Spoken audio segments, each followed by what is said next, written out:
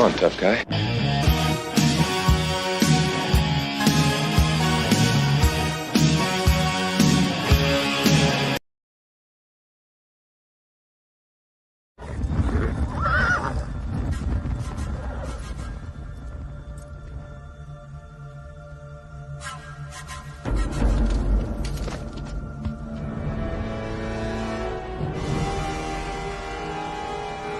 Sons of Scotland, I am William Wallace, and I see a whole army of my countrymen, but they'll never take our freedom!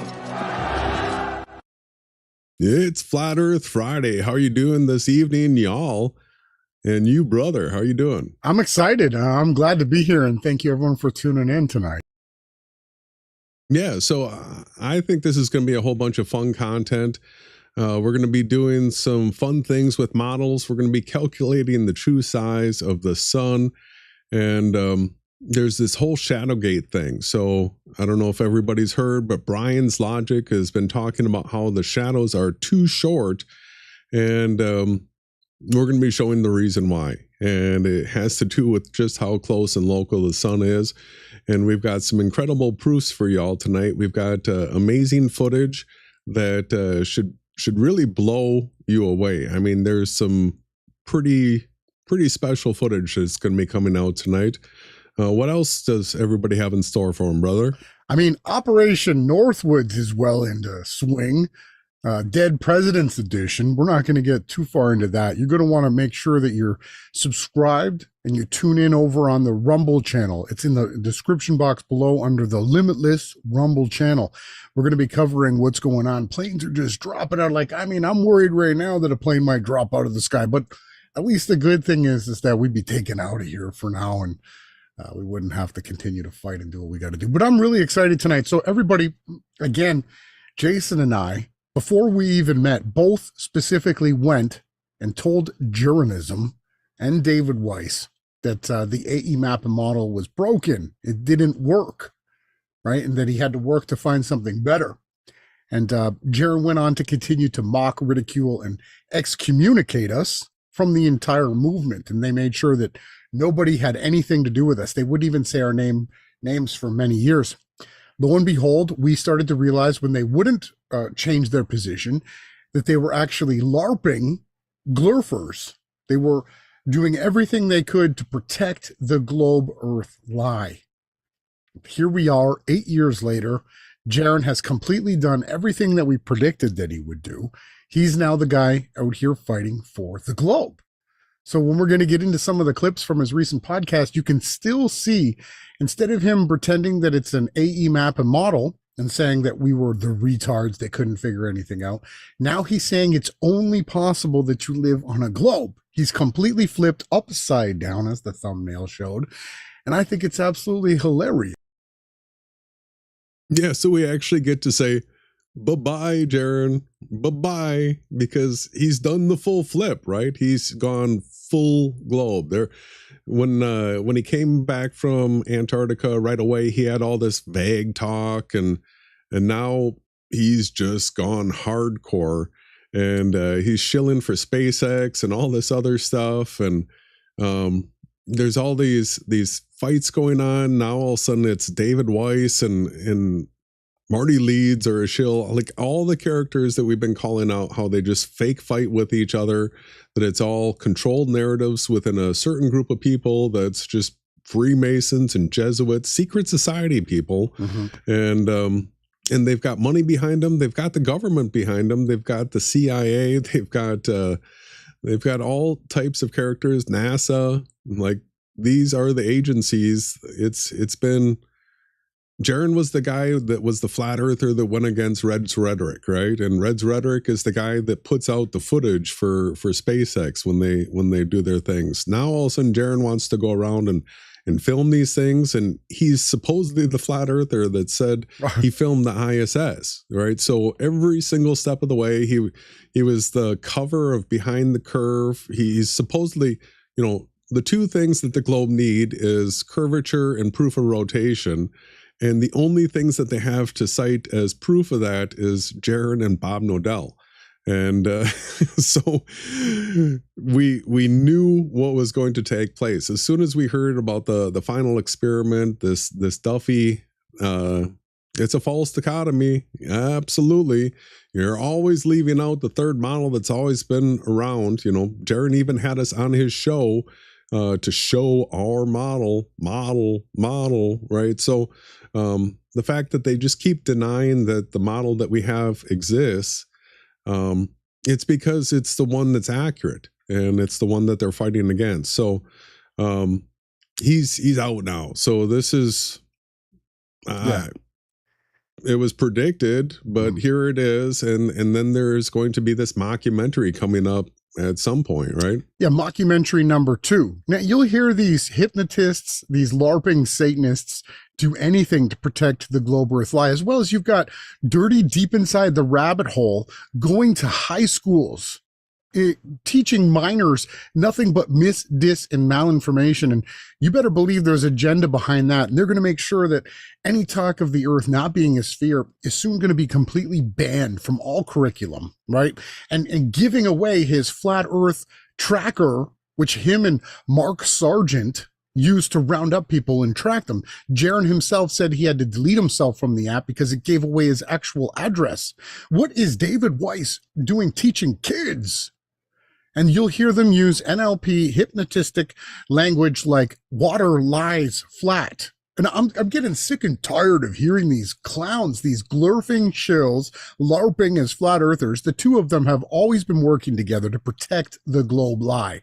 Now they're pretending to fake fight so that you only find out about those two sides.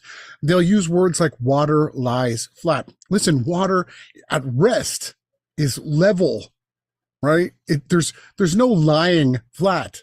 You'll constantly hear them use these types of terms. Jaron, he won't even accept that there's a possibility that you could be in another type of a completely different reality than the one that he's ever believed in. Jaron obviously is a material reductionist. He believes that things are made up of atoms, right? He needed to find a map that would better suit his heliocentric bias. And because he couldn't find that, he's now gone back to super glurf shill, which he's always been. Listen, we said before the mockumentary Behind the Curve came out that Jaron was going to be the star of it, including Bob Nodell from when they had their little secret, oh, if this gets out. He was hot mic'd in the documentary pretending like they weren't there filming him. When this get out, he said, it's going to be bad for flat Earth. They pretended to put a gyro into a bismuth chamber. The stuff that goes on from the other side of this crew has been absolutely hilarious. We've documented it each step of the way. And tonight's just another episode in this saga of us documenting it. So get your popcorn, make sure you're comfortable.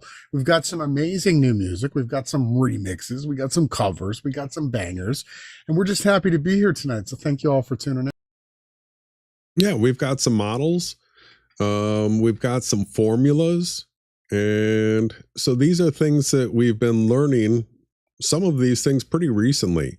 This topic of angular resolution, really dove into it and getting a grasp on it and what we can do with it, because things have an angular size to them. So tonight we're going to be looking at angular size as far as how, based on how something big is in diameter and how far away it is a certain amount of degrees in the sky. And so when we have measurements like a half of a degree, they tell us that the sun, the moon are, we can use calculators, and these are pretty simple formulas. When you see it, you're going to see that it's things that you can do yourself. But you just have to be aware of them, and we're all learning together. So be prepared if we flub up or something. It's the correction that comes along that makes us better. So is there anything else you want to talk about, or do you want to get into some of the content tonight? Let's get into the content, everybody. All right.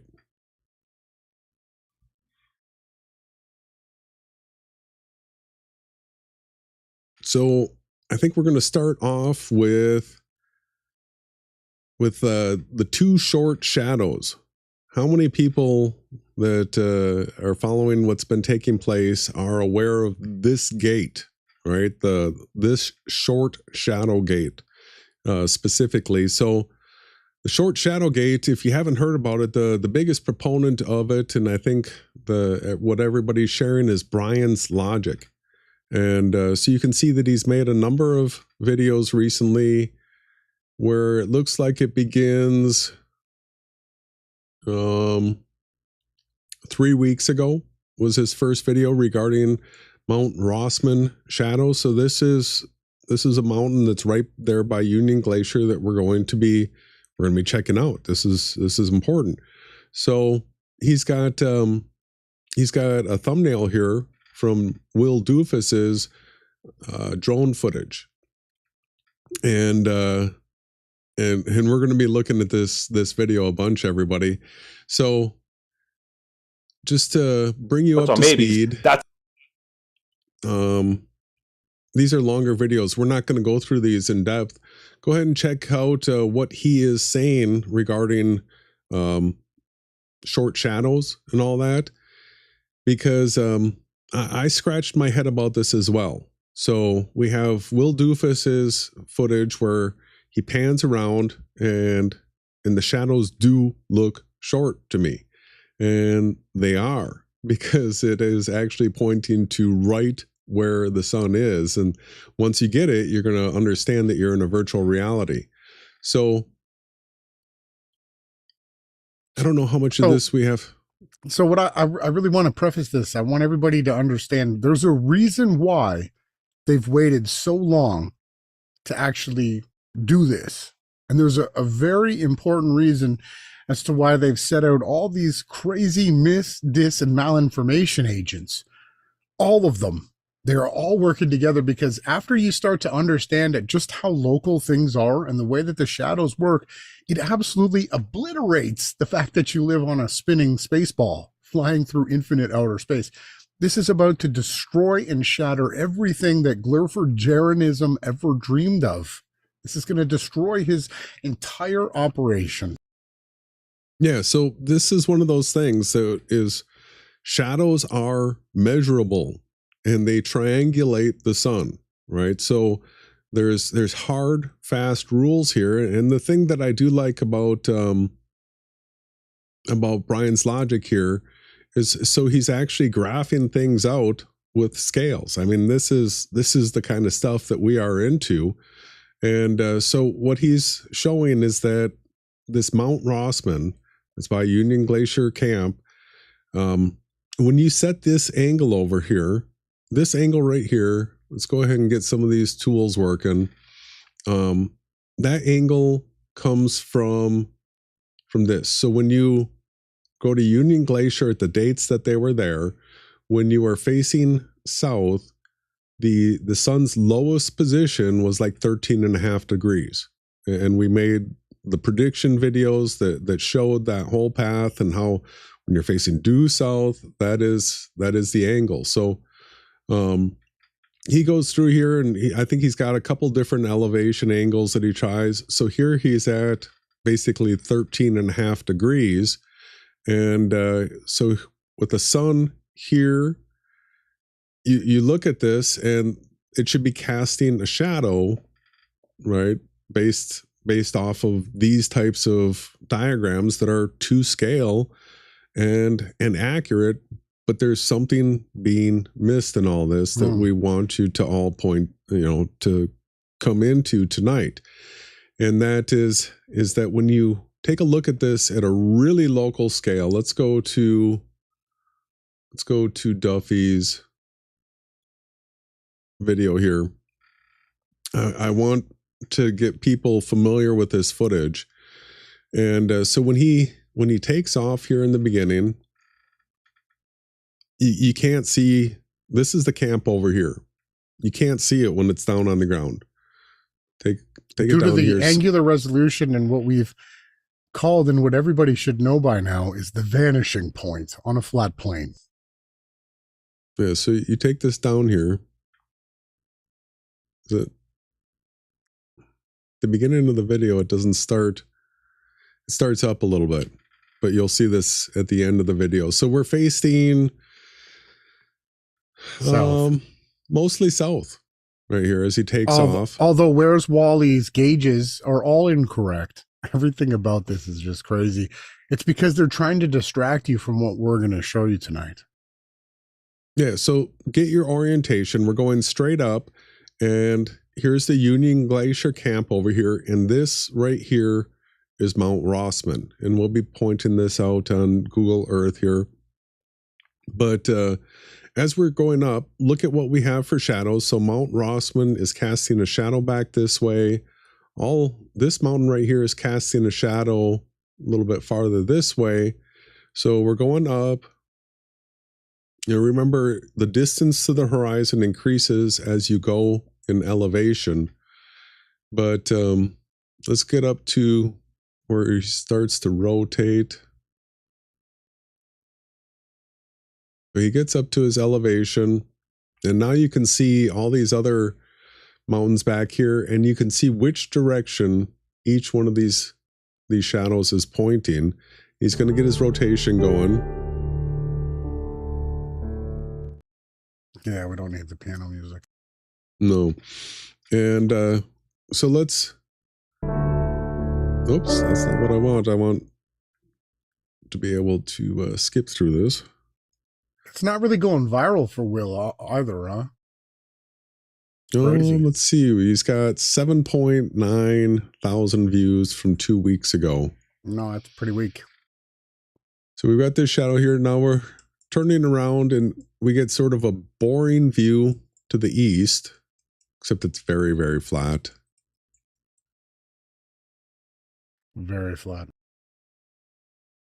And then once we get past this easterly view, as we're coming around the northeast, we've got some shadows over here, and pay attention to the direction all these shadows are pointing.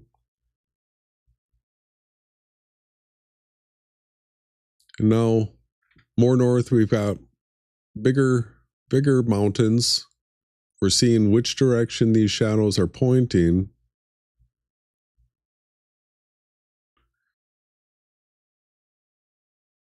All right, so see these ones back here? They are pointing over here. We must be coming around to the sun soon, right? All right, this is at 1:37, supposedly, on December 16th. And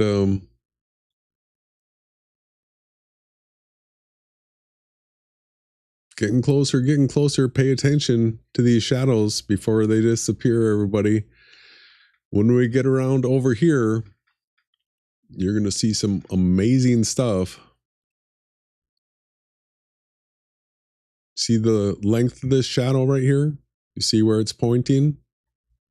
Draw that angle up in your eye, in your mind, and lo and behold, what do we have out here? We have a hot spot, and we have almost no shadow, right? If you look at these mountains, they're casting almost no shadow whatsoever. It's very close, very tight, very tight. You can see the longer shadows over here from these mountains. The shadow's almost gone, because guess where the sun is, everybody?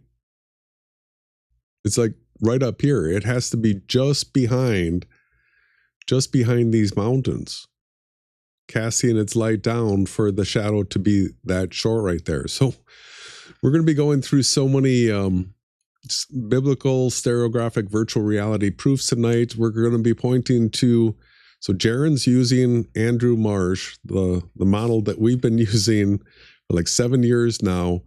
It has the model that we've been using, and then Andrew Marsh has it applied to a ball, and that's all Jaren has to use. That's literally the best globe model there is. So we're going to be pointing out the huge difference that there would be if we were on a space ball. And so this is close to the South Pole. All right, we've got footage that we're going to be going through that is from the South Pole. We've got stellarium. We're going to be showing how the sky, how, you get that orange and yellow glow near the sun. None of this footage has any of that. And we're going to be explaining how that shows up. And yeah, so this distance right here, if we go to Union Glacier, this right here is Mt Rossman. Check it out for yourself. It's the one that sticks out farthest to the north, and it's got a small little hill over here, stuff over here. So when they are in front of Mt Rossman, you can actually even see a little bit of a glitch right here that would be part of the camp. And when you look at Duffy's footage, you can see these streaks in the glacier over here. So they were at their camp somewhere around here. All right. somewhere right around here. So let's grab a measuring device, and we're going to say that they are right here. Then we'll be going back to Duffy's video. This over here, if the sun was just beyond these mountains, we are at a distance of, say, 15 miles. So if you had the sun right here at 15 miles, the angle of the shadows would be very tight and short along all of this right here. And then this direction you would have longer shadows, and then the farther and farther you got away from it, you would have longer and longer shadows. I mean, you want to talk about what this would look like on a space ball? So we've got a huge problem with spherical Earth here. Okay, what we want everyone to understand. Do you have Andrew Marsh spherical model around? So yeah, I want everyone to picture this. You're upside down. Jaren's on the bottom. He's on the bottom of this sphere. We're going to get to this when we get to the Jaren segment. Yeah. So, well, let's get underneath the ball. Let's just sort of cover it all together tonight. When we've got the tools up, let's just talk about it, and it's going to overlap everything. I just want people to see. So if this is the perspective of the glurfers, the space balls, the infinite balls in infinite space. So when the sun is 90 million miles away, you cannot have a situation where you have an overhead, over mountain shadow. Okay. So when you go to the equator on the equinox and the sun is just above your head, when it's 90 degrees up, there's no shadow. Okay. We're talking about no shadow matters. Okay. We've gone over this extensively.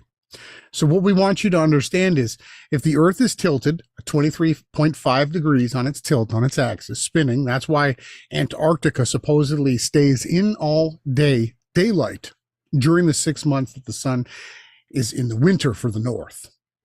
What we need you to understand is if the sun was 90 million miles away and they were on the bottom of this space ball and the sunlight was coming in towards them, you would never have a shadow overhead, ever. It's impossible. So what they've done is they've absolutely destroyed the sphere Earth model. They've killed it, because what we have, if we go back now, please, to the drone footage, thanks to Will Duffy, shout out to Will Duffy for actually going and getting this data. Jason and I were very excited. We didn't know exactly what was going to happen, because this is special pleading. Going beyond these distances, we've had to wait till 2025. Listen, the Earth is roughly 6,000 years old. This is the first time we've got footage from these places. Now, as you can see here, the fact that if Jason takes his cursor and you go over to the mountain where the sunspot is, the sun is literally above. It's just above that mountain. Okay. What people that believe in the sphere glurf model say is that the sun is 90 million miles away. So those shadows that are showing you a local, almost, I would say, between 60 and 80 degrees above head, almost completely above your head shadows here on these mountains, completely debunks the idea that the sun is 92 million miles away. Okay. I'm trying to explain to you guys that when the sun crosses above your head, over you, you don't have as much of a shadow. When the sun is further away and lower to the horizon, you have your elongated, longest shadows. But what we have here, again, I'm going to hand it back to you, Jason.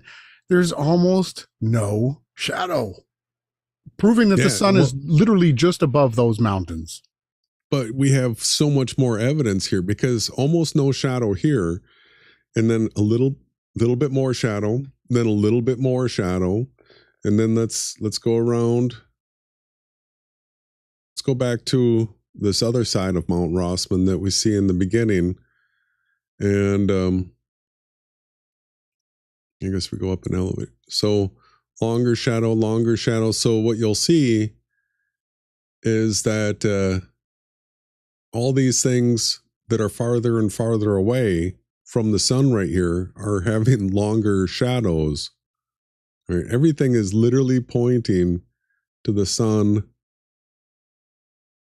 that's right here. Right there. Right there. And this is a hot spot. This is a hot spot right here. I mean, it's just behind these mountains, and this is glacier ice right here, which is creating some overexposure for the camera.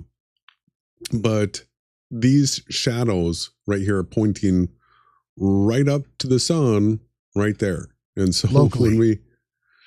when we look at that distance is, let's bring the measuring tool up here again. This is about where the camp was.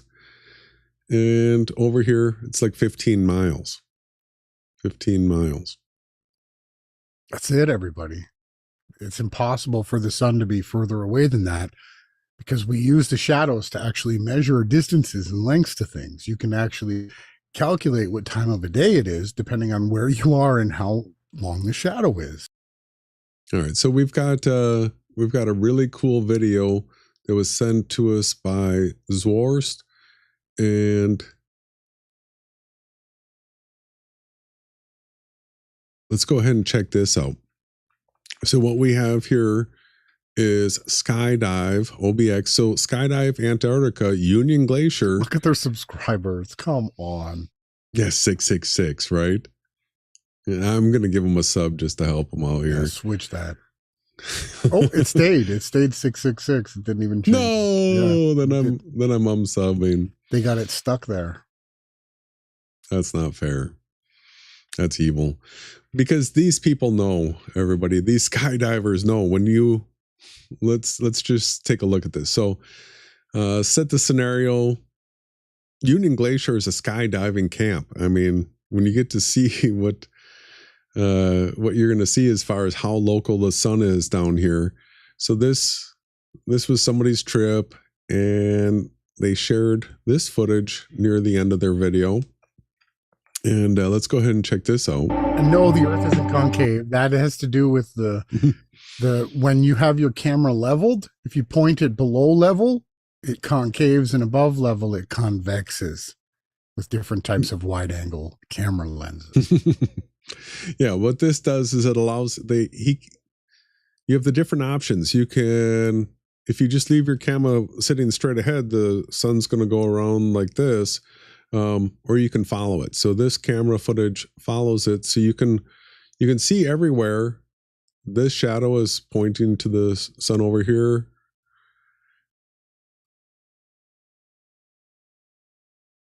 We'll get some other things that we get to little cast shadows. Here it comes. There's the camp, everybody. Oh, here it comes. Look at the shadow starting to. All of a sudden, we're getting the shadow wrapping around Mt Rossman, and look at how tight and close the shadow is to Mt Rossman here, right? Mm-hmm. Here comes the money shot. Watch all these shadows in the snow right here. And these tents are amazing. We're going to be able to point out a few things here. Look at the length of the shadow here, the length of the shadow here, and how all these rows of shadows are pointing straight at the sun. And keep in mind, so... Oh, what was that? Let's go back. So this is obviously a longer amount of time lapse, right? That's been sped up. But so pause it when we get into the shadow here. Let's slow this down to quarter speed and 0.25.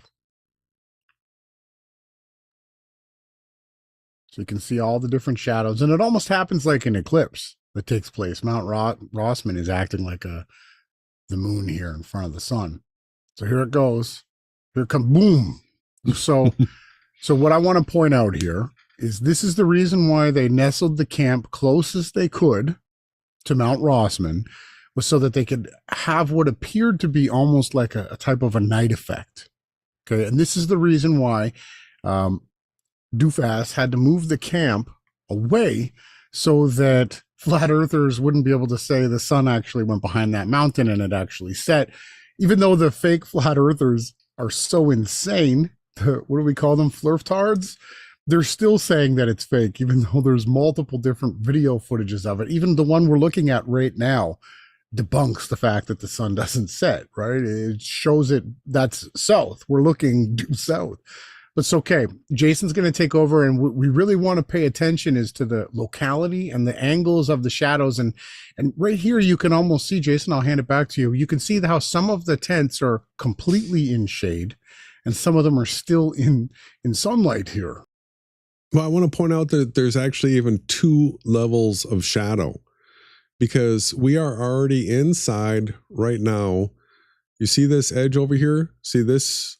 This is bright area. We are inside the shadow right now, but we have this multiple 2 levels of shadow where we're inside this shadow, yet this tent's still able to cast a shadow inside this shadow.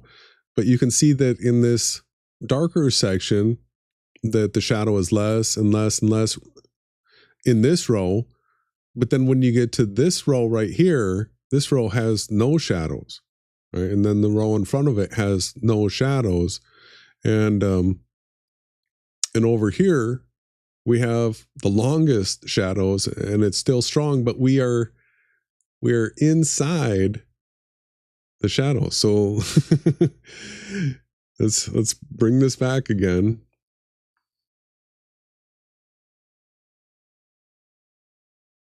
So we're at the beginning of the shadow right now. You can see that the darkest part of the shadow is right here. Watch how all the shadows swing as the sun's coming around here. And you are watching swings of the shadow right here. And on this side over here, everything is still pointing right at the sun. And look at how short the shadow is here along Mount Rossman, right? Like we saw it swing. We saw like when it was right at that edge of that peak that we did get into a long cast shadow, the type that is being promoted by Brian's logic, right? We're familiar with these types of hard shadows where something obstructs it. We expect that you have a longer shadow than the actual height of the object. But then when you get to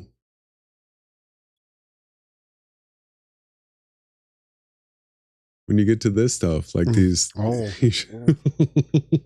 Whoops. Thanks, Will Duffass. Thank you. Thank you to the final experiment for destroying the globe Earth, for proving that the sun is nowhere near even 20 miles away, let alone 92 million. This is absolutely Earth globe shattering. Yeah, so where's that footage again? So this is a ground-based observation, which makes the distance to the horizon shorter.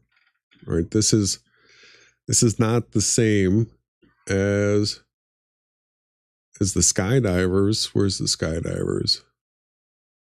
You just had it on. Oh no, as Will Duff. That's I mean Duffy. So this right here, he didn't get up to a mile, but if you look back here as this comes around, now we're facing towards Mount Rossman again. And if you look at these mountains in the distance, all of these shadows are pointing right back to this. So just imagine if Duffy had actually kept the camera up. Yeah. If he had tilted the camera up, and you could literally see that the sun is doing a circle right around this area right here. Well, that's the type of view that the skydivers get. So when they go up in their airplane right here, and they look, they can see that the sun is just doing a circle around them. And guess what? If you're at the South Pole, it does this move for 180 days. Why do you bring up the Andrew Marsh model, not Glurfer edition, the actual good, actually measurable one? and show everybody what we predicted. This is what we were literally showing. This is exactly what we said would take place. Here's the model, and this is a flat plane, right? It's accurate. This is what they do.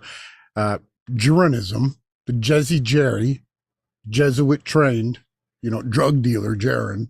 He's now dealing you globe crack. Take hits of his globe crack. What we're showing you here is they take this flat plane and they smash it on the side of a sphere, and they don't even take into account having to calculate the baseline changing.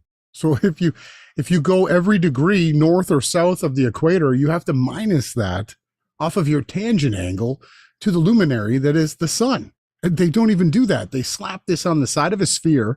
They don't take any account for any curvature into it. They just basically pretend that you're on the side of a flat plane.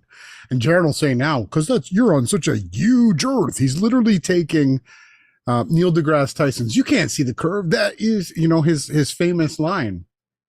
That's what Jezzy Jerry is now dealing out crack glurf hits with nothing but, and he'll say that water lies flat, and that the creator, he created something to fool you because the water lies flat is what Jaron says. And we tell you that this is what we expected.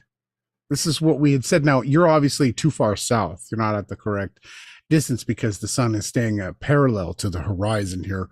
But what we're showing is that the observer, anyone, a camera, anybody that's there beyond these extreme special pleading cases of these latitudes north or south, the sun is literally circling around you in that local area. It's just too bad, Jason, we couldn't get a cloudy day where the sun just circled underneath clouds for the entire time. But there's no way they probably would have, something would have went wrong. They wouldn't have been able to air that, right?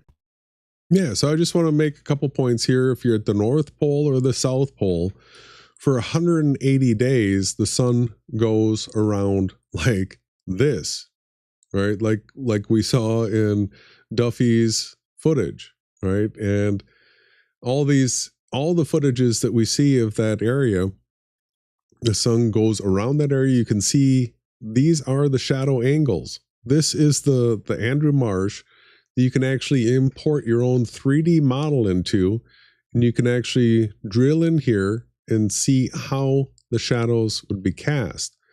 And so by going to the North and South Poles, I want to show people while we have this up here that so here we are after the winter solstice, and the sun's going to be working its way back down.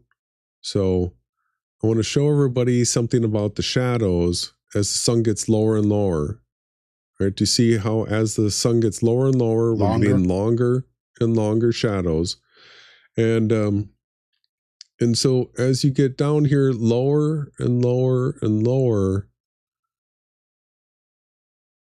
you see what's happening on the screen right now? Do you see how everything's getting darker out?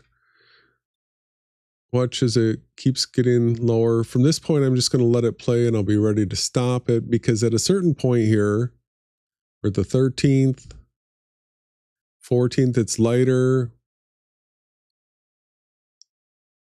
15th, boom. All right, so what we have here is an elevation angle where the moment the sun goes below 3 degrees, there's no more shadows.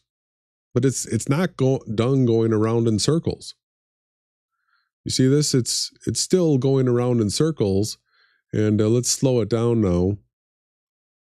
I want to show everybody as this comes around. There's still a face shadow. It's still being illuminated on the face of these buildings. Do you see this? The sun is above the horizon. But there's going to be no more shadows. Now what I want to do is I want to show everybody what that looks like when you film it for real. So this is from the South Pole. This is John Harden 3 years ago. It's got 7,000 views.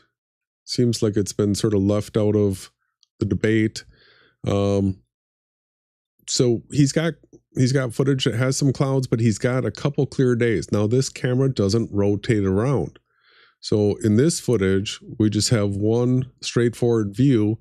And what we have to do is we have to watch what's taking place in the sky. So you can tell that this is, it's either just after the spring equinox, because at the equinox, if we go back to the model, remember where that tab is, and fall equinox. Yeah, the fall equinox. See, it's got to be just above the horizon, because if you actually go to the equinox, you know, there's a hot button for that, right? Yeah. If you go to the equinox, you're at a time where the sun is actually half above the horizon and half below the horizon, right? If you're at the North Pole right now, you have half of the sun showing. And if you're at the South Pole, you have half of the sun showing. And it's not real bright. So this is a little bit after it, because it's a little bit higher up in the sky. But when we have our clear days, let's see where we got, it's coming around again. Here now, look at this with this clear sky. You're going to see footage that the sky is actually dark enough around here where you can see the stars. You can see the stars rotating. You couldn't really see the sun there. We've got better days. That day is no good.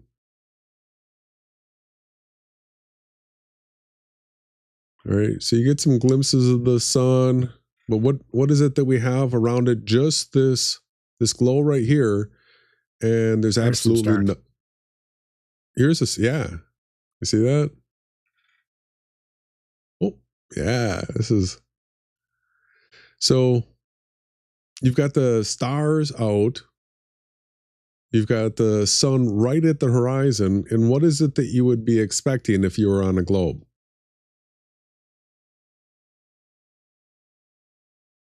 You'd be expecting just like laser long shadows. Laser long shadows, right?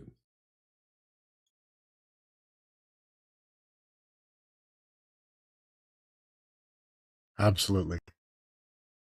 So here's one of the better ones.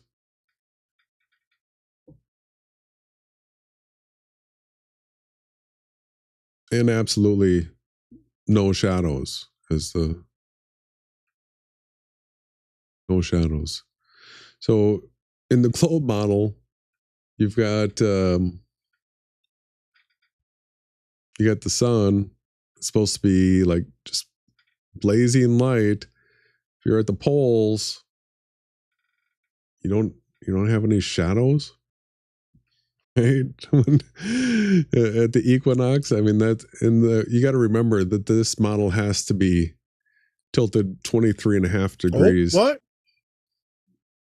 Whoops. How come Jesse Jerry never shows this angle to the model? Yeah, let's go to an equinox.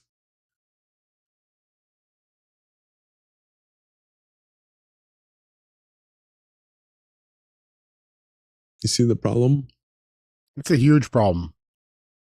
We're willing to. Jaron was asking if anyone would take a bet to show where there's an issue with the globe model, this one. Yeah, Jaron, I could bet you $10,000 cash right now, and you'd have to pay me. You'd have to pay me if we both said, I bet that on the equinox, you won't have a 90-degree rise and a due east, due west set everywhere on this sphere. You won't. I'll bet you, I could bet you $100,000. You're going to lose. Look at the Earth, how it's tilted on the ecliptic plane. You don't have 9270 here. Anywhere. We're not going to bet because we're not petty drug dealers trying to make money off of YouTube. Okay. We build things, Jaron. We don't need to take your money. But here, anyone else wants to bet Jizzy Jerry and take his money, go ahead and bet him that in his glurf model, that the sun won't rise 90 degrees and set 270 degrees west on the equinox everywhere on the GLERF model. Look at the angles. Why do you think you can't measure anything here? Why do you think this is the way that they've got it set up, where you have, once you click on it, show them, Jay, show them. Yeah, well, I'm just showing that if I want to zoom in and get closer to it, all it does is it just sucks you into the sun. And so you can't, the only way you can get a little bit closer to it is to come on the backside of it like this. Now, let's just point out that this is a fixed and stationary sun. Yeah. Right? And in that there's absolutely nothing else that's real whatsoever. This is fake stars. There's no measurements.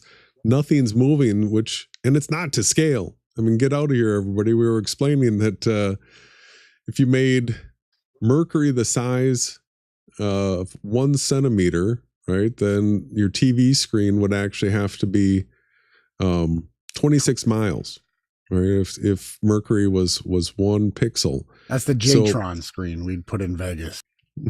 So this is absolutely not to scale, which means it can't be used. If it's not to scale, it cannot be used. But it does show how, right, the sun would be doing a 23.5 degree tilt because the Earth's tilted 23.5 degrees. Whoops, which they need for it to be all daylight in Antarctica and all daylight at the North Pole. If the Earth wasn't tilted at that angle, their model doesn't work.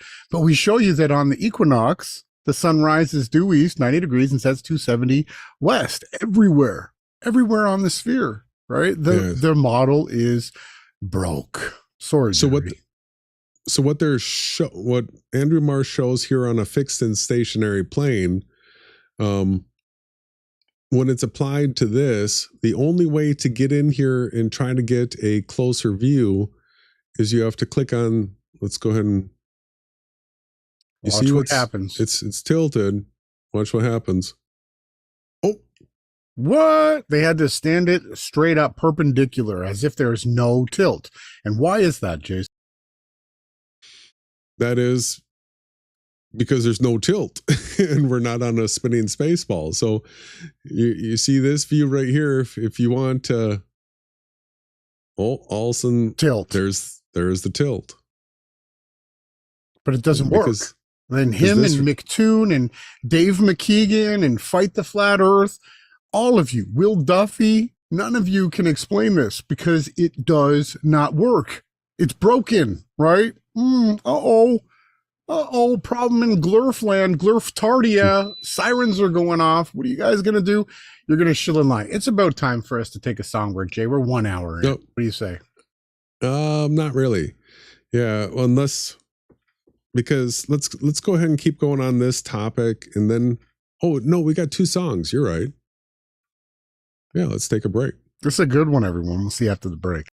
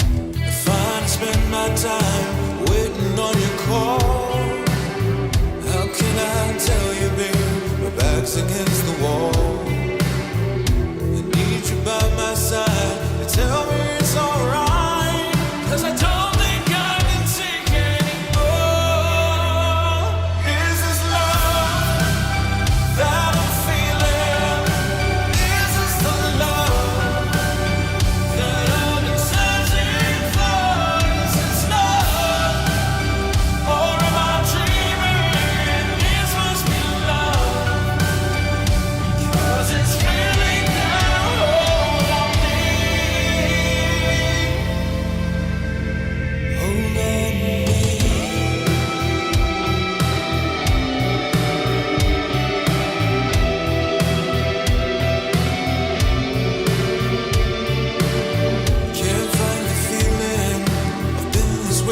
before.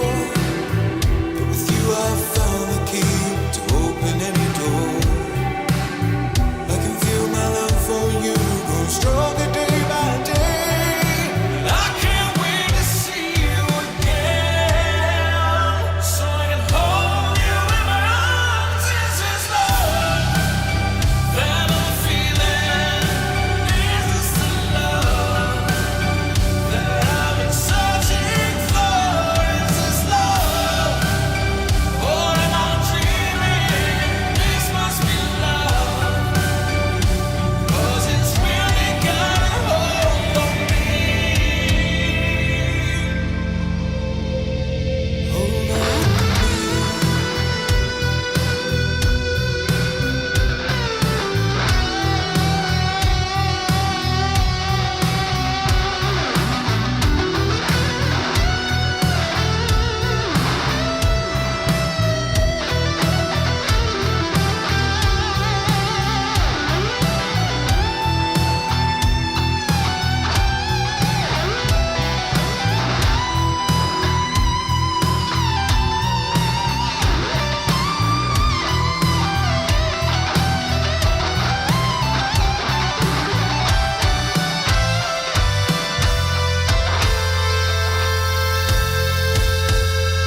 Is this love that I'm feeling? Is this the love that I've been searching for? Is this love, or am I dreaming? This must be love that I've been searching for. Is this love, or am I dreaming? Is this the love that I've been searching for? Is this love, or am I dreaming? Is this the love that I've been searching for? Is this love, or am I dreaming? Is this the love that I've been searching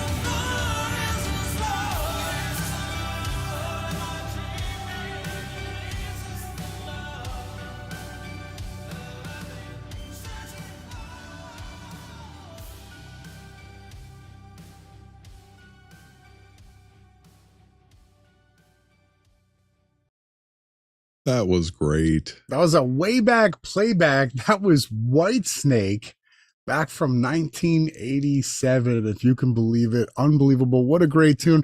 You know, Whitesnake used to be one of my favorite bands to like cruise the lake with in my boat. I remember just blasting it and always feeling like it was epic.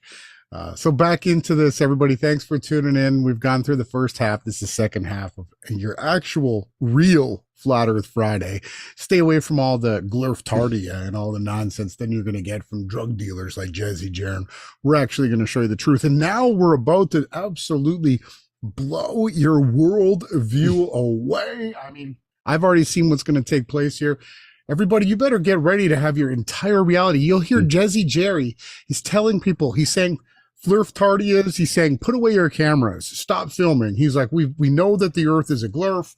It's over. I went to Antarctica. He's saying I was upside down on a ball. He doesn't want people to go out and film because guess why, everybody? It absolutely destroys the reality that we've been taught. Listen, we're telling you that you don't live in a physical, materialistic, atomistic reality. You live in a supernatural, virtual realm where miracles can take place. And Jason is about to roll the clips and show you a bunch of them. Yeah, so just want to show everybody, this is just amazing footage of sunrise near North Sea oil platforms. This is the big wave master from 6 years ago. And it's just some sunrise footage, right?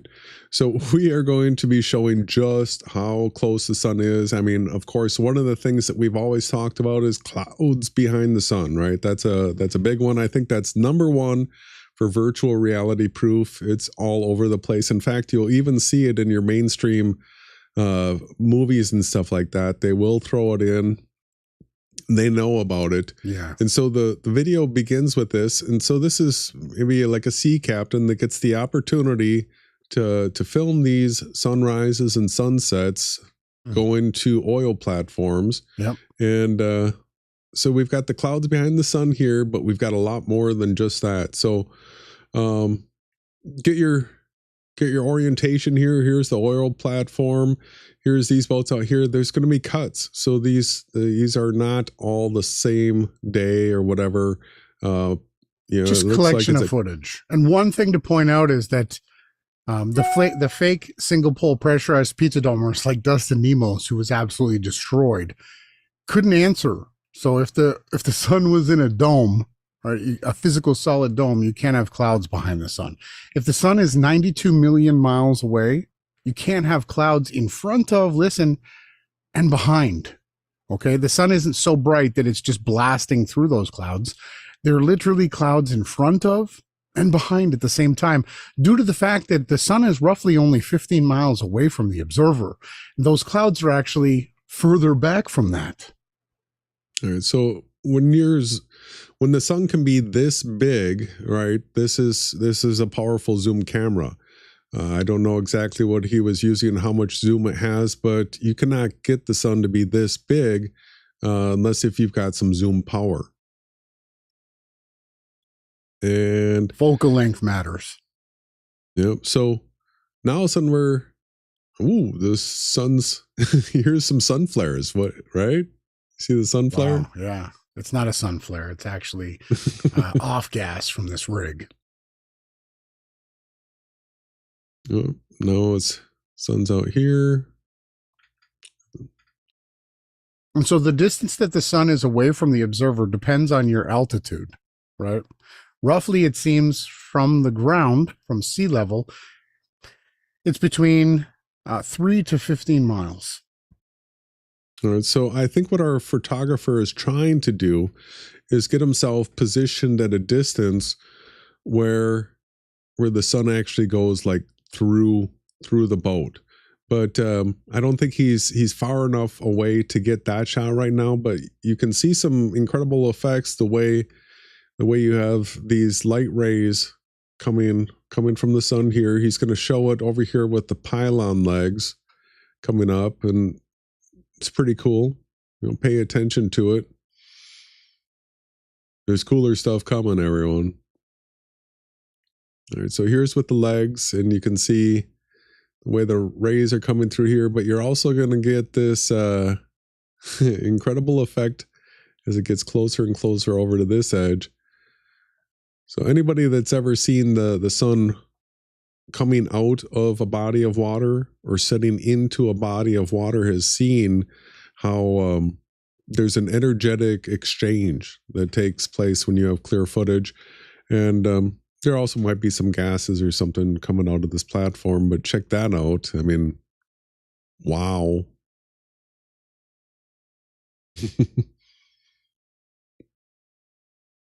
Now it looks like he's trying to line up a shot where he's going to get the sun to. You can see all this different stuff that's happening. So the people that say things are too bright, pay attention to when it is overexposure, and the other things that really aren't explainable. So you see some incredible things coming up. See, now we've got part of this boom here protruding out through the sun, and this would be in a spherical shape right here. This would be the thickest place, and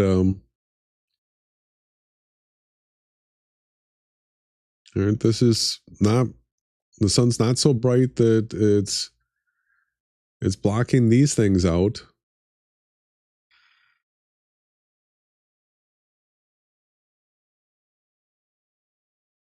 Right there, you got clouds behind the sun. You do have clouds behind the sun, and you can see right as the top of this tower right here begins to peek through.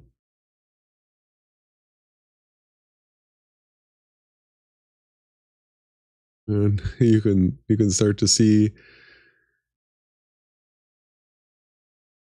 the gas that's being emitted here is. So you can actually see the top of this other tower right now.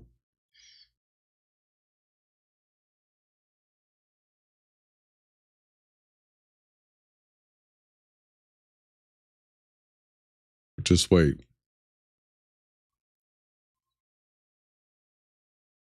Look at this. So now he's got it lined up where we have dark smoke coming up here. Right, we have dark smoke coming up, and you're going to see that we have smoke in front and behind. Let's go ahead and slow this down. This right here, physical reality shattering. So bye-bye. Bye-bye, Jesse Jaron. Bye-bye, anybody that thinks that that sun is 90 million miles away. Listen, there's smoke in front of, right, and behind. So if the smoke was only going behind, you could say, oh, well, it's obviously that the sun is just so bright, Ron, that it's blasting it out and the sun's just coming in front of it. Like if you take a film strip and a flashlight. But unfortunately, if you have the smoke in front of and behind, what that shows is that that's exactly where and you actually see as the smoke rises, you actually can see where the protrusion of the sun, it actually hides it again. So it's showing you the actual sphericity of the sun. Yeah, it's super local. The sun is spherical. You can see by the way the smoke's going disappearing when right it's there. at the midsection of the sun where it would be the roundest. And then you can clearly see that this smoke is coming up from behind the sun here. Like if I dare anybody, come on, Jaron, let's you want to bet? Come on, let's see you recreate this. Let's see you figure out how to explain this away. You can't use no telephone lines or rockets in front of and behind like these clowns, Red's Rhetoric and all that. And another thing too, it was Red's Rhetoric and Will Duffy that brought the final experiment out, and it was Reds that begged for Jaron to go. And now go figure, there's only two people that, and they're supposedly not employed by NASA or SpaceX, but both Red's Rhetoric and Jeranism are both filming the SpaceX launches, right? Go figure. What an absolute small world to have the two characters trying to prove to everybody that Earth is a glurf. They both just also happen to be within filming distance of where SpaceX launches from. That's interesting. But again, if we go back to this amazing supernatural footage here, you can literally see smoke in front of and behind. And there's a reason why it's stopping at the center of the sun here. It's because it's going inside. It's going inside the sun. The sun is literally right there. And there's not a single person on Earth that's going to dissuade me or tell me that I can't trust what I'm seeing. They're not going to tell me, oh, sorry, Jason, the sun lies. The sun lies flat. Right, David Weiss? The sun lies flat. Jaron, the sun lies flat. It's spherical, right? Like the heavens, things are spherical, right? But the Earth itself is fixed and flat. All right, so we've got this, and something else I was asking in our group chat for was footage of things flying through the sun, right? And so Zoris shared this video, and just notice on the sun right here. I'm going to zoom in just a little bit.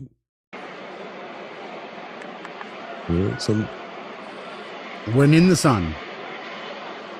And came out. Look at that, you saw it went right through the sun there. Yep, here comes Look at that. And so, hold on. I want everybody to understand, okay? So what you're going to get crack dealer Jesse Jaron, who's running the trap houses, right? The guy that doesn't have a job, that's been selling drugs. Now he sells glurf crack hits. He's going to tell you, well, the person on the plane surely isn't going through the sun, right? And what we're trying to explain to everybody is that you're in a supernatural, biblical, virtual reality, and the distance of the sun is fixed. So you'll never get to the end of a rainbow because it's fixed to the observer. As you move closer to the sun moves further away. So the people that are on the plane here have the sun 15 miles away from them. And depending on altitude, the sun's distance moves further away. So we're not saying that those people on the plane are literally flying through the sun or they'd be burned alive, right? As someone like QNF will bring up, show me the hot spot or the melted snow on the ground. What we're saying is that it's supernaturally tuned to each observer.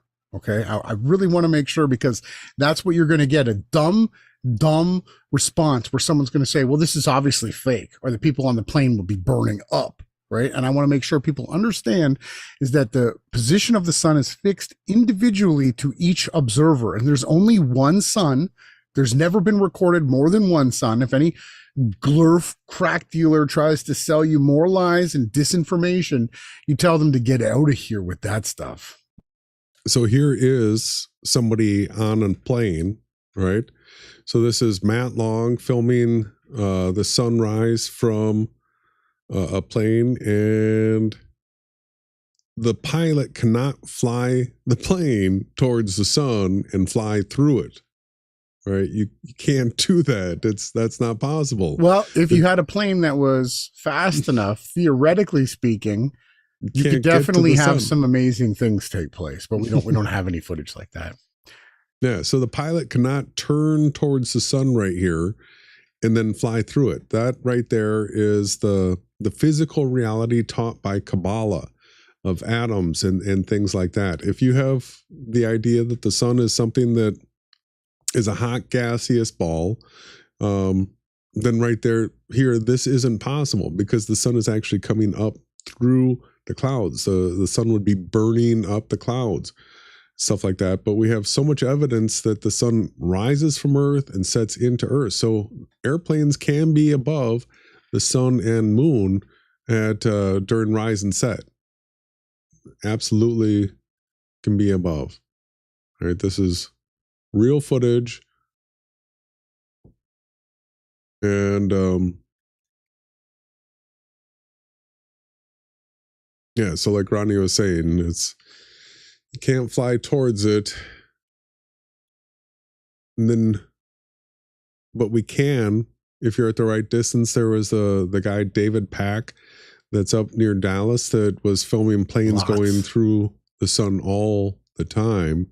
And this is the stuff you're not going to get from Red's rhetoric. You're not going to get this from Jared's literally, Jezzy Jerry's telling people to put your cameras away. Don't witness reality, right? Your eyes lie to you, he says. The guy that's been selling the AE Mappa model for 8 years. It's crazy.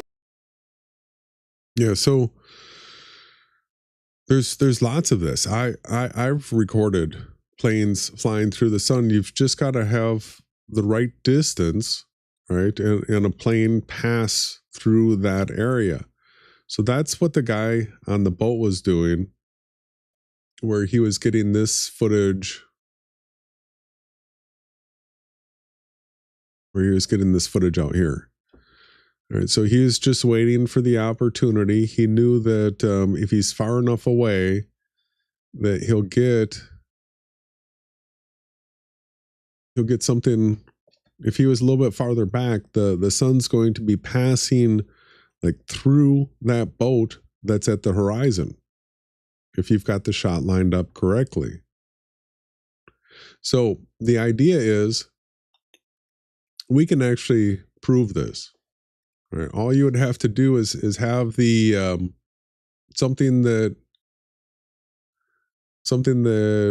billows like a black smoke, like we were seeing right here. Right there. We can calculate where the sun is, how far out, by having some sort of black smoke machine. Well, we know where to put it right away to start. I would put it right here, the black smoke machine, and then we would film the sun come around at the right time, and we would actually see the smoke going around the sun on all sides. We would see smoke in front of and behind the sun as the sun rotated around this area right here. So like at 15-mile radius, we could place our smoke machines all the way around, and we could just keep the sun smoked out all the way around this area right here. All right, because our circles of sight are limited by angular resolution.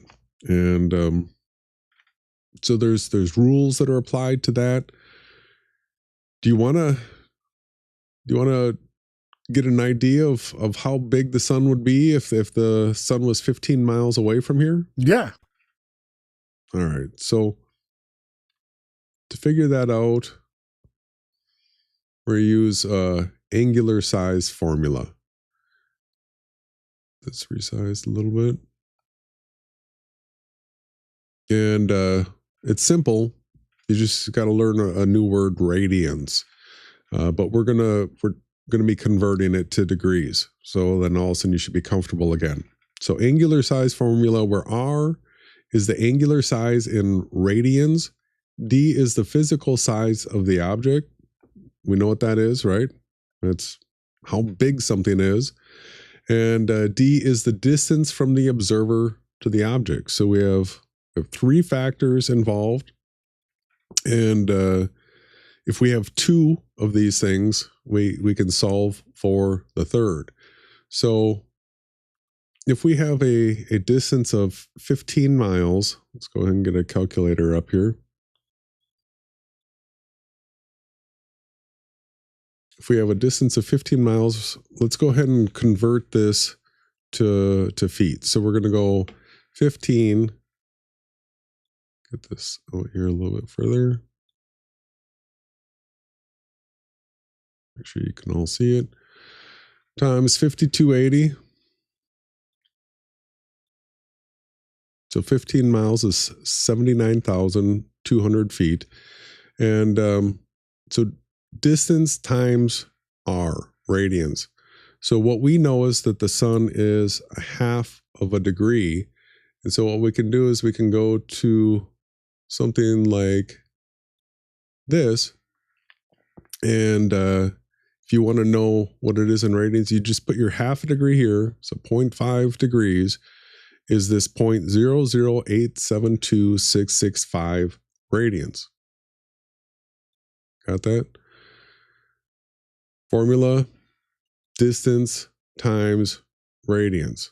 So we have 79,200 feet times our radians. So times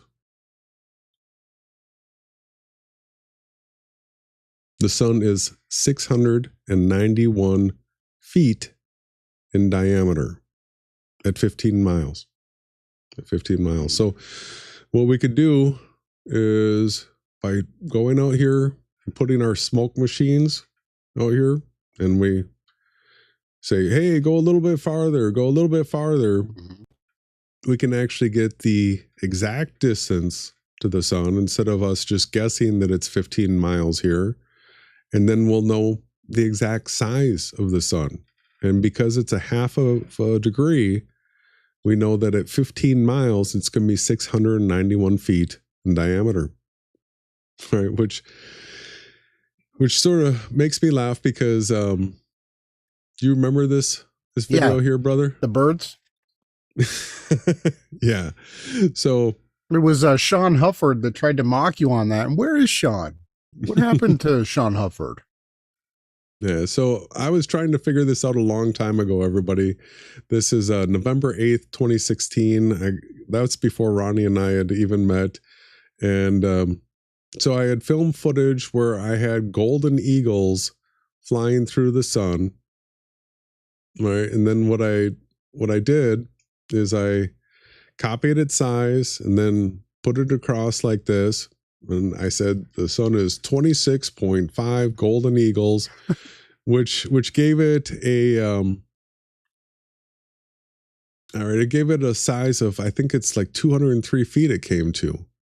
I do the calculations, and so 203 feet is actually the size that the sun would be at like 4.4 miles. I did the math today, and so at any distance we can come up with any size, and any size we can come up with any distance using pretty simple math, everyone. It's not that hard. So the angular size thing is sort of a fun thing to try to figure out. Okay, sun going around. Out here, it's that size. And then all the shadows, the short shadows that are mentioned by Brian's logic and all these other guys, it actually does work. It works exactly. All these shadows triangulate to the position of the sun. Locally, right? Literally just above these mountains, not 92 million, not 3,000 miles, but literally right there. Do you have some more content, or do you want to do our last song break and then get into Jaren? Yeah, let's do that.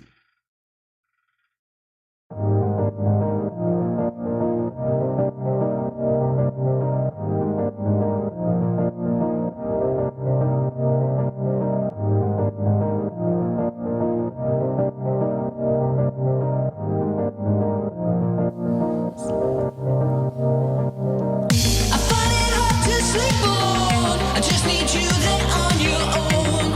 I'm on my way to get to you. Release me. And if you call me, I will run. And you can leave me there undone. I just need time to get to you, to tease me. But you're always running away. Got me believing every single word that you say. When you relieve me, you don't understand what you take. You're taking everything. You're taking everything. Every time I wanna feel the love, I let my heart break down, but my body is all above. Every time I wanna make you mine, I let my heart beat low, but my body is out of time. Every time I wanna feel the love, I let my heart break down, but my body is all above. Every time I wanna make you mine, I let my heart beat low, but my body is out of time.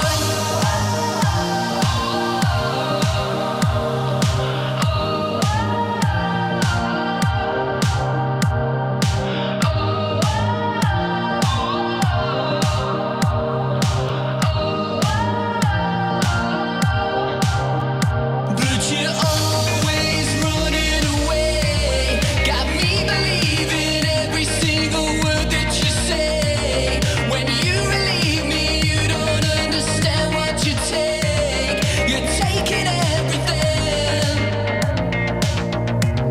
You're taking everything. Every time I wanna feel the love, I let my heart break down, but my body is all above. Every time I wanna make you mine, I let my heart beat low, but my body is out of time. Every time I wanna feel the love, I let my heart break down, but my body is all above. Every time I wanna make you mine, I let my heart beat low, but my body is out of time. You're always running away. Got me believing every single word that you say. When you relieve me, you don't understand what you take. You're taking everything. You're taking everything. Every time I wanna feel the love, I let my heart break down, but my body is all above. Every time I wanna make you mine, I let my heart beat low, when my body is out of time. Yeah, my body is out of time. Yeah, my body is out of time. We are back, and we're going through Bye Bye Jaren, huh? Bye-bye. Ball Earth. Yeah, so a week ago, he fully jumped ship, and we got some gravy things to go through. We'll debunk as much of it as we can tonight, and we'll continue to debunk it all going forward. We've got some rough timestamps. We had this on double speed on the way home, and so we might have to play around to get to the exact timestamps, but we don't want to miss these. So let's go ahead and start going through it. Please stop me anytime you want, brother. Be done. I'm accidentally debunking it just while looking at this.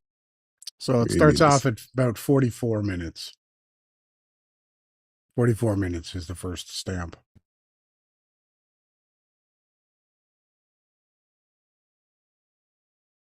Have an ounce of regret, because all of a sudden it's like, oh, and then, I mean, talk about timing. I've watched what's happened to this community the last 2 weeks, and it's disgusting. It's just, if you guys can't see it for yourself, you need to step away for a week and then look back in and see that we've got people that have just devolved into I don't even know what you call it. The worst research I've ever seen. I can never trust any of those. Sav, can't trust him ever again.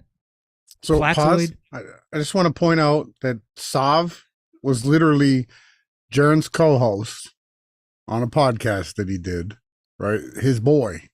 He literally created content and made money with Sovereign Soul Unchained Mind, who was a fake flat earther just like Jaren. Exactly.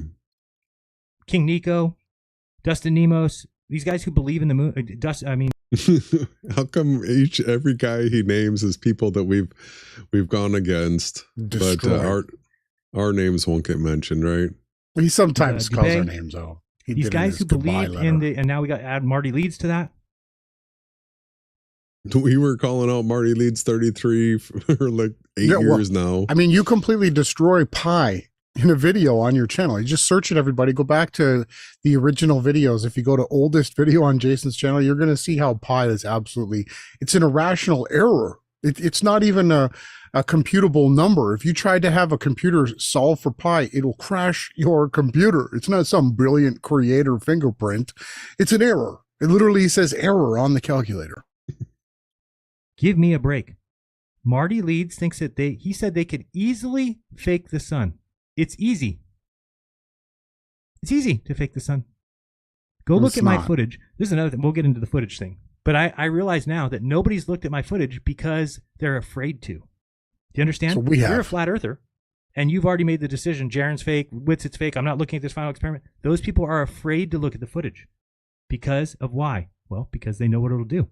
That's the mental block I'm talking about. Okay? That's how growth happens. The first thing you got to admit is that you were wrong and then start getting it right. So let's tear down those mental blocks. Huh? That was the end of the clip. So we literally showed Jaren 8 years ago that he was wrong. We showed him, Jason and I, in separate occasions without even knowing each other. We definitely showed him that he was wrong. Yeah, and the funny thing is what you showed him he was wrong with, you showed it from SunCalc. And we're going to be getting to, he's using SunCalc, he's using Andrew Marsh. I mean, these are our programs that actually represent the stereographic virtual reality, because they all have the sun rising from Earth and setting into Earth. No, it doesn't go above. It travels above the tropics on the two ends of the solstices, and it travels above the equator on the equinox. That's life. Okay? It doesn't work on your your tilted changing. sphere. Now, could you be like, Jaren, Australia's a little bit moved this way, and actually, South America's a little twisted. I'm not talking about that. That's not going to change anything. That's still an AE map. It's just an AE map with a twisted South America. The fact is, the only flat map that can exist is the... Now, let me explain one other thing, just so you're not making a mistake here. You could, technically, make the North Pole the outskirts and the South Pole the center, but it's still an AE map. Do you understand? It wouldn't change anything. Rather than the problem that we had down in the South, you can do coin Earth too, right? Yeah, say, that's the only one that South works. is actually Right. in the center. You were actually at the center of the flat Earth, and the sun was going around you. And then actually in the north, that's now the outskirts. That's possible, but we would have the same problem in the north. Same problem. So it's still an AE map. It's still the same map. It's still the only map of the flat Earth. There'll never be another one. In your lifetime, in my lifetime, in your children's lifetimes, in their grandchildren, there will never be another flat Earth map. There can't be. So this is like, What do you have to say to that? I mean, if you can't see the writing on the wall that this guy is an absolute shill, you can't see, you can't think, you're not even capable of understanding English then, because it's beyond obvious. So we've always known that Jaren was our enemy. We've been saying that he was a globe earther for 8 years. Finally, everything we've been saying has come true. Here he is, and he's not willing to explain anything correctly. Everything that he says, he flips, inverts, twists, says things like water lies flat. He's saying now that the creator is so amazing that he created a globe where water is level and flat, but he says it lies flat, right? With his hypnotic, backwards inverted Aleister Crowley language. Yeah, so what we have on the screen here is an actual 2 scale representation of Earth's coordinate system, where this is to scale the length of the equator, the length of 10 degrees north. This is what it looks like when you put all the information on a flat plane, and we call this the onion projection because it sort of looks like an onion, right? Mhm. But this right here encompasses the whole of Earth, because latitudes get shorter as you go north, exactly as depicted right here. This is what happens when you plot the data that comes from the coordinate system. And so then when you actually put the land masses on a 2-scale projection, it looks close to this. Close. But as we've been pointing out, there's only one place that's truly being accurately represented, and it's whatever it's centered to. So this center longitude is the only place that's truly to scale. If you're in Australia, you know that Australia doesn't look quite like this. And if you're in Alaska, you know it doesn't look quite like this. What you have to do is you actually have to go to something where you can recenter it. So here's the mole weed where you can actually recenter it. And now all of a sudden this is correct into scale. If I click over here, the center, all these things are correct in scale. Australia, you're going to be happy to see. Oops, I jumped. Got to hit the right. There we go. There's Australia, correct, and to scale. And so, We're at 55. yeah, I've known that there's the whole another time. timestamp coming. So why do you think I stayed so attached to it? Because I said, okay, we can explain that away. We can explain that away. Oh yeah, we don't know how to explain that. Put it on the shelf. We'll get to it. And then eventually you get the sledgehammer, which is the south sun, which clearly goes down and to the left in the southwest. When we were in Punta Arenas, it barely dipped, but 10 degrees under the horizon. How do I know that? Well, I watched it. We were at a place in Antarctica that was at the sun at 35. We'll look at it in a little bit, 35 and 15. We went back to Punta Arenas. That was 1,700 miles. 1,700 miles divided by 69 equals 25. So it's 25 degrees of change, meaning that as we flew back, the sun that was 15 degrees above the horizon dips down. Instead of 15, it's going 25 degrees lower, which puts it at negative 10. So from Punta Arenas, we look at the southern sun and it dips under the horizon by 10 degrees. That's what we've been saying forever. Hello. Yes, you heard me correctly. The sun goes under the earth. Whoa. Should we show everybody? Let's show everybody. Let's go to Punta Arenas.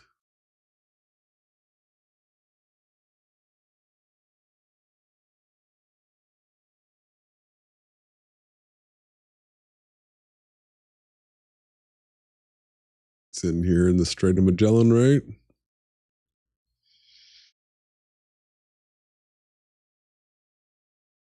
Here we go. Let's go to December 14th. And we've got elevation angles coming around here. We've got the sun going, this is west over here. Here's southwest. Boom, the sun goes down. Let's take this back.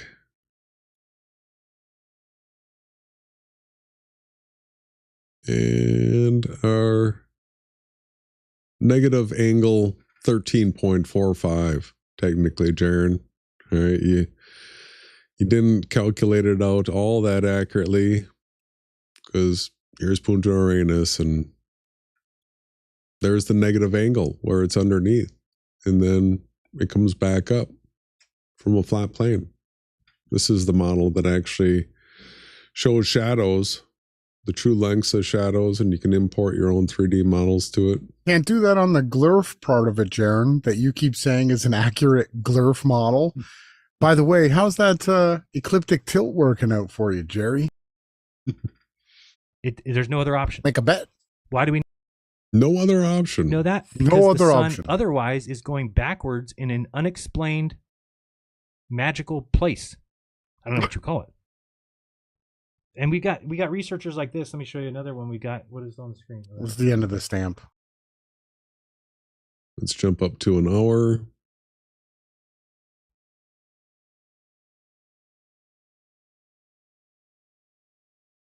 Doing the same thing on the other side. There's no possible way. No.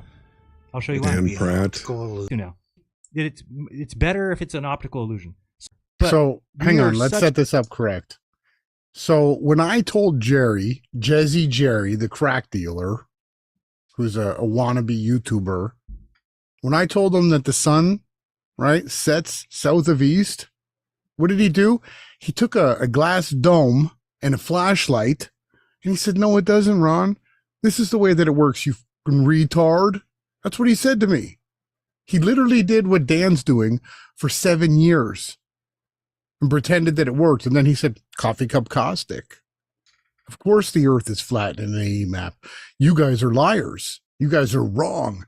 Right? When he's literally calling out Dan here, making fun of him, calling him big tits. Jaron, why don't you put a tight t-shirt on, lower your camera down, right? And show everybody your chest if you're going to go around mocking people for being overweight. You're such an insensitive asshole, Jaron. You're a bitch coward that's lied, pretended to be a flat earther for the entire time that you've grifted and done everything. And he even admits that Will Duffy pays more than David Weiss paid him. So you want to know why he flipped? Because he's being paid better to go around telling everybody the earth is a globe. You know what? I doubt this guy believes anything. He's not even intelligent enough to even understand where he is. God's children that we refuse to accept that. We're like, oh no, but he meant that it's flat and he made an optical illusion so that we would pick it up and we would know that we should Knocking get the crater optical now. illusion is truth. The optical When illusion he's is the truth, one that not did the one this. that predicts Jaron where the is sun the one that did this. There's a model Jaron that is the one. predicts He's the one that went around with a stupid, what him and Morgile said, you have to look at it like a basketball court with shot glasses over your eyes. And these guys took domes. We've got it all documented, okay? He took domes and flashlights and all this stuff that Joe Hanvey's doing. He got it from Jerry. He got it from the Jesuit crack dealer, Jesuit Jaron, right? He's got to put his numbers on his screen. All this guy cares about is appeal to popularity and how much money. You know, he used to cry on stream. He was going to quit, that he wasn't making enough. I spent so many Bitcoin on my channel. He'd whine like a sniveling little bitch because you know what? He's not capable of getting a job. How do you think Jezzy Jaron here pays for everything that he's got on here? You know what he told me the last time I had him on Bro Sanchez's? He told me he goes to antique auctions and buys stuff and sells them. Before that, he said he owned a witchcraft store that was like a bookstore where he sold bat's blood and other stuff like that, magical spell, witch potions and stuff. He's a drug dealer. Well, wake up, everybody. It's not hard to figure out who's doing what. He's just a con man. exactly where the sun is, and there's a optical illusion. It's probably the optical illusion. That makes sense. You're right. Let's go with the optical illusion. Good job, Dan. Jared Good is job. the guy that Oh. sold the optical What are you illusion showing? Sure about for that? 8 years. Big guy? Yeah. Are you Maybe sure? you're just What? tired of scraping by on those. Maybe you're Same just tired team of you're- scraping by. Same team. Dan, Dan made must have. this for him. Yeah, Dan got paid. to make this. Yeah. Works for David Weiss. That was the end of the clip. Same way it's clockwise. At least you won best hits. Do I have a song for best hits? I don't think so. There he goes. Uh, Jaron, you probably got him That's good beat. Thank you very much. You Fred. and your Way to boy go. Sean Good job. Hufford. Good job on the sound effects. All right, so I don't know what this guy's talking about, but he's wrong. And let me show you why he's wrong and why we should recognize this right away. Okay, so do you know that the AE map, besides the problem that it has with the South Pole, besides the problem that it has with the left turning sun or the right to left sun, Left turning. besides son. the problem it has He with the doesn't even upside down explain sun, it properly. besides the fact that it has a problem with the moon going the opposite direction, besides the fact that it has a problem with the moon upside down, besides the fact that it has a problem with circumpolar stars, Besides the fact that it has a problem with southern rotation. Now Besides the he's fact the debunker. of all that, the AE map doesn't work because it doesn't even predict sunrise, sunset. Okay, to me, Wow. This is insane to hear, audience tuning in. Jason and I have been telling this guy this for 8 years. Let's move ahead. We're running out of time. What are we going to now? 121, 109, 106. sure, if you can falsify the globe, then go ahead. We But just I'm can't, talking yeah. about right now the falsification of sunrise, sunset. And I do not think you can. In fact, I'm willing to bet money. So here's the bet. There he Anybody goes. who's looking to make some money off me, here we go. I'll bet you whatever you want. You just need to come up with a map. That if you choose a place on the earth, okay, just choose a city, state, or a country, capital, whatever. Choose a place on the earth and see if the globe earth, the spherical earth map, it is a map, it is a model. Anybody telling you the globe earth doesn't have a model, what are you talking about? It's called the globe. So all I want you to do is find one location that doesn't match the model for sunrise, Well, let's sunset. do that. If you can't realize that, wait a second, Jaron, what you're saying is that we Let's have an do it. AE map. But this guy won't honor it because he's a coward con. What did he do in his last one? What does he call it? The bitch? Or he's got this segment where he starts his joke cast off where he calls people like bitches or whatever. Hey, bitch, Jerry, Jesse, crack dealer, whatever you are, joke. Listen, the earth is tilted here at 23.5 degrees. You see the tilt? Jesse, I want you to pay close attention. I'm going to say this really slow. Really slow. Nowhere on the sphere that you're saying, this is the model that you're using, Jesse. Look, Jer, open your eyes. Put some Visine in them. Put the weed down. Put the drugs down, Jester Jerry. And look, if the earth is spinning on its axis, tilted at 23.5 degrees on the ecliptic plane, this is the equinox. It is impossible to have a compass and to see the sun rise on the equator or anywhere else. And remind you, this does this all across the earth. Will you ever have a 9270 sunrise sunset? Ever? With a 23.5 degree tilted earth on an ecliptic plane. The only way you can do it is to stand it up straight And Right? defy all reality. And look at, go zoom back in on that. Jesse Jerry, the model that you're promoting here happens to be a flat plane earth tipped on its side. It's not even curving with the spherical. Look, oh, hold on a second.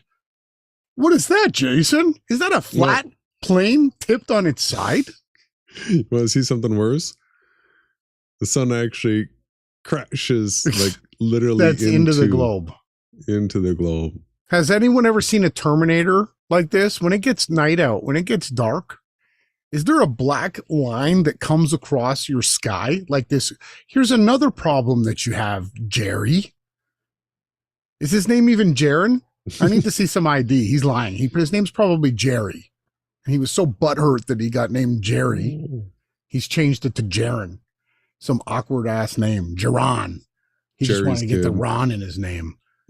Look, has anyone ever seen a dark Terminator line just sweep across your sky? Ever? As it would if we were living on a spherical Earth with the sun 90 million miles away? No one has ever seen that. Or just imagine if Earth actually was standing up without any axial tilt, how this light, because this is supposed to be a sun that's 864,000 miles in diameter, and it's so much bigger, and they have these light rays coming like this.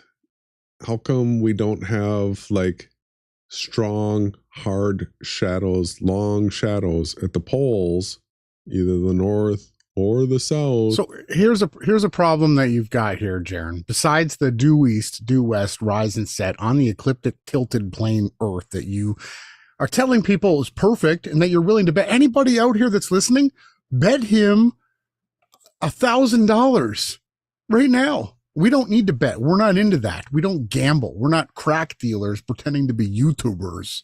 We don't steal Bitcoin off people and try to make YouTube channels off of it.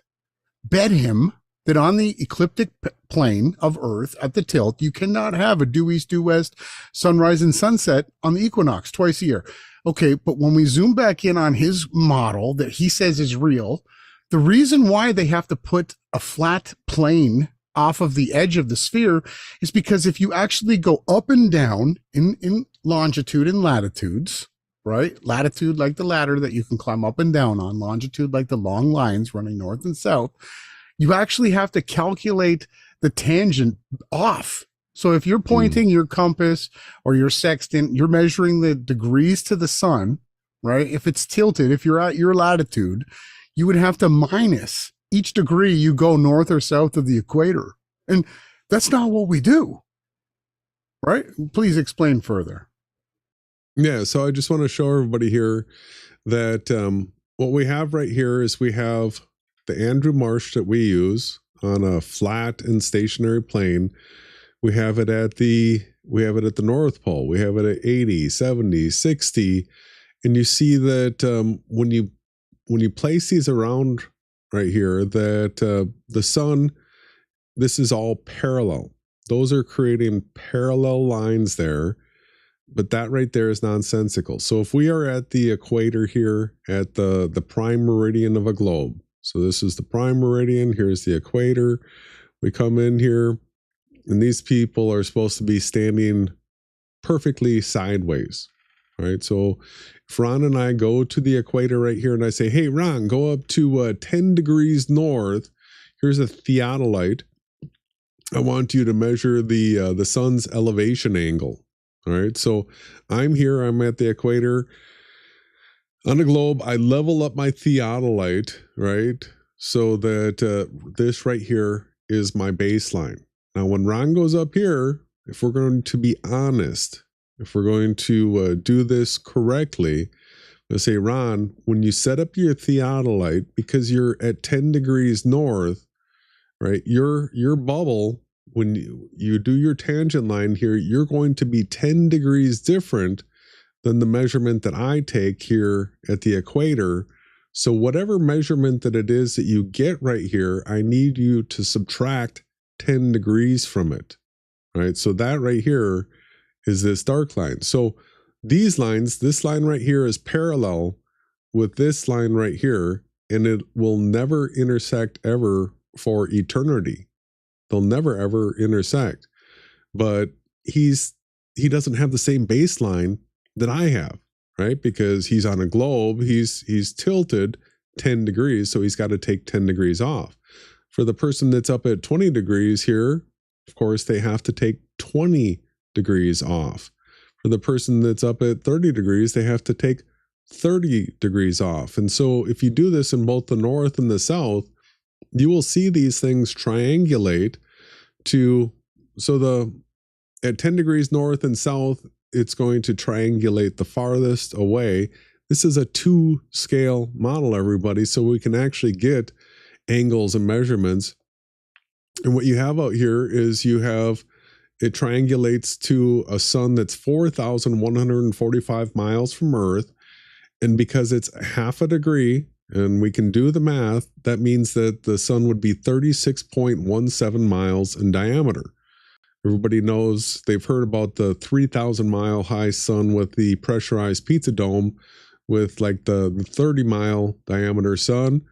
Well, once you get out to 4,145 miles, it's 36.17. So we could go through and do all these calculations. We don't have the time to do it tonight, no. But the point is that this right here is the psyop, that they don't make the baseline adjustment like they're on a globe, because what they do is they do it like this, where this right here is the 2D onion projection. Right, this is 2 scale. This is Earth's measurements in a scale. Now, if we take those same images that we get from the Andrew Marsh, when we go up to 90 degrees north, what we have here is we have the sun at the horizon, right? This is an equinox, and then we have 10 degrees tilt, and then 10 degrees tilt, and 10 degrees tilt, and 10 degrees tilt, until you get to the equator where it's 90 degrees up, and then it's 10 degrees back this way, 10 degrees back this way.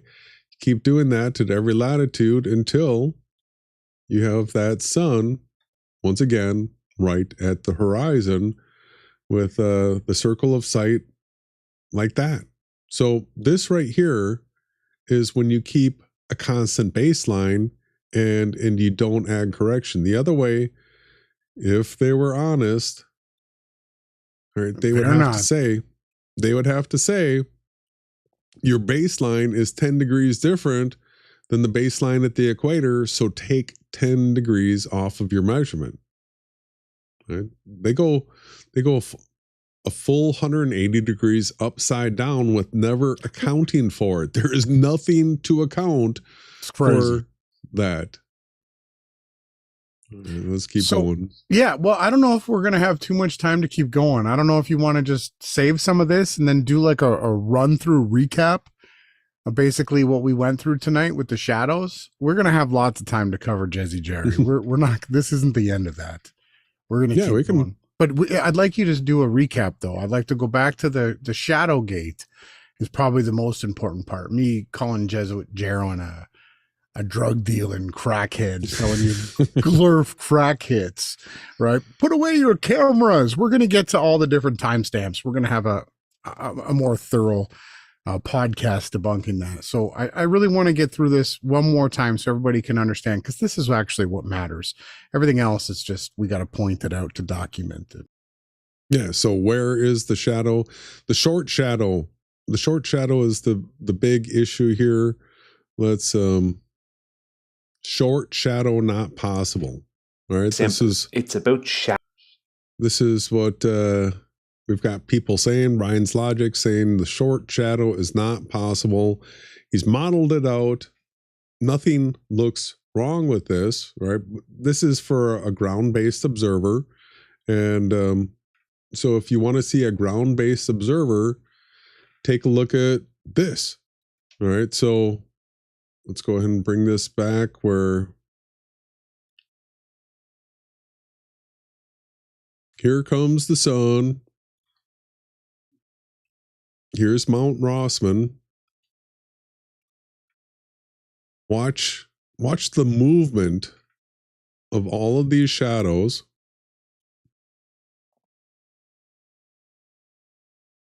All right, watch as they're being cast from these tents over here. And we do have an intersect where we're going to start seeing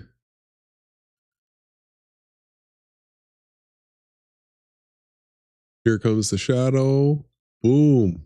We're just right here is the leading edge of it. And once again, you've got shadow here. And even by this point here, it's barely a shadow. And then these other ones, no shadow. And we're going to keep showing people that the sun, once it gets down from about 6 degrees to 3 degrees above the horizon, that's where shadows stop happening, even though the sun's doing circles still around you. On a globe, this should be casting hard, strong shadows, just swinging around. Like every single post, everything should just be showing a hard shadow all the way around. And so here we're inside of a shadow right now.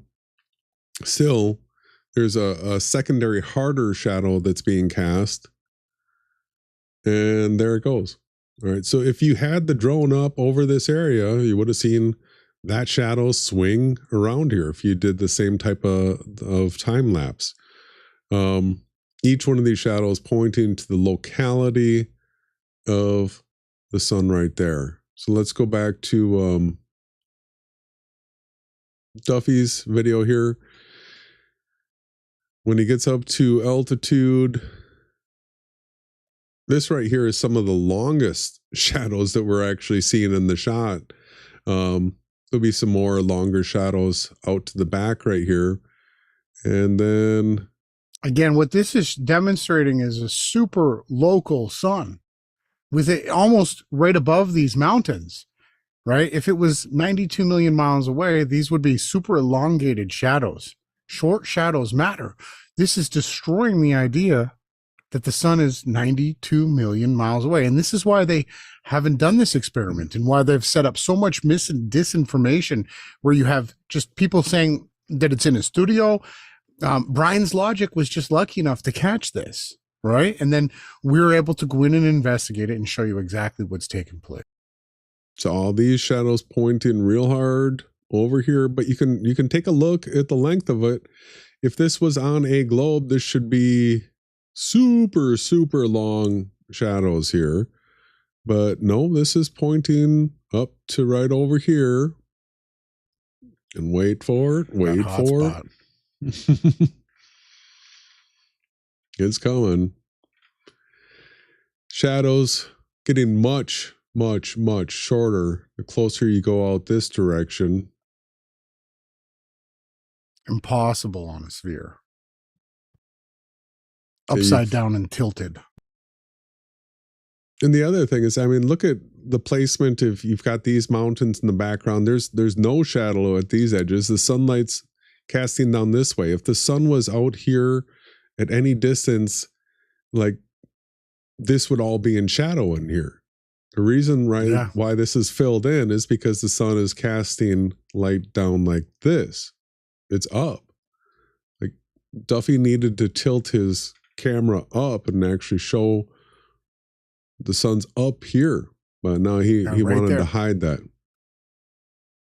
So here's your hot spot, and here's where you've got your shortest shadows right here. Now, this is a mind bender. You'd like to think, is it possible for the shadows to actually be pointing from objects out this way, like back towards the observer over here, right? If you imagine being out over here, it's a great question. All right, so many things that we'd like to do to test and highlight all this. Of course, we want to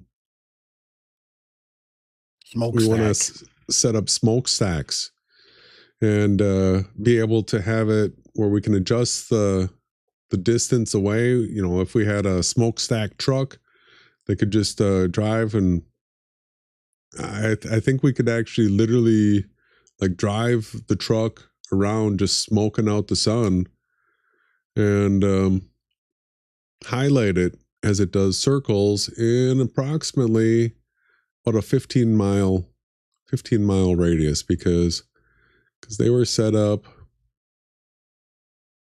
out here. And that hot spot is the ice in this area. We know that the sun's a little bit farther because of the shadow, so maybe about 15 miles away. And what did we say? That was like 600 some odd feet in size then? Mm-hmm. Was it 647? Yeah. So, you know, just pointing out how local the sun really is. Can't get to it, of course. Its distance is based on your elevation, and then it's going to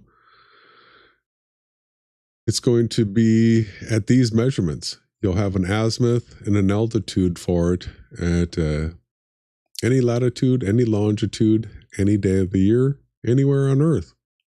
So on a flat, fixed, and stationary Earth in this supernatural biblical virtual reality. Absolutely. Is there anything else you want to add to it? Just make sure you're tuned in over on the Rumble channel. That's on the Limitless channel. In the description box below is the link. We'll be live on Sunday there. And we'll be back Sunday night too. I think Robert Farrow is going to join us. We're going to get into more of the parabolic language. It's been quite a while since we had him on. So make sure you're tuned in. That's going to be great too. Thank you everyone for tuning in. And I can't wait for the next podcast. We got so much more to cover, man. Thank you, Jason, for everything that you did. And thank you to everybody that tuned in with us tonight. Have a good night, y'all. Where's the only place you're going to get this content, brother? Only on the Yahawashai News Networks.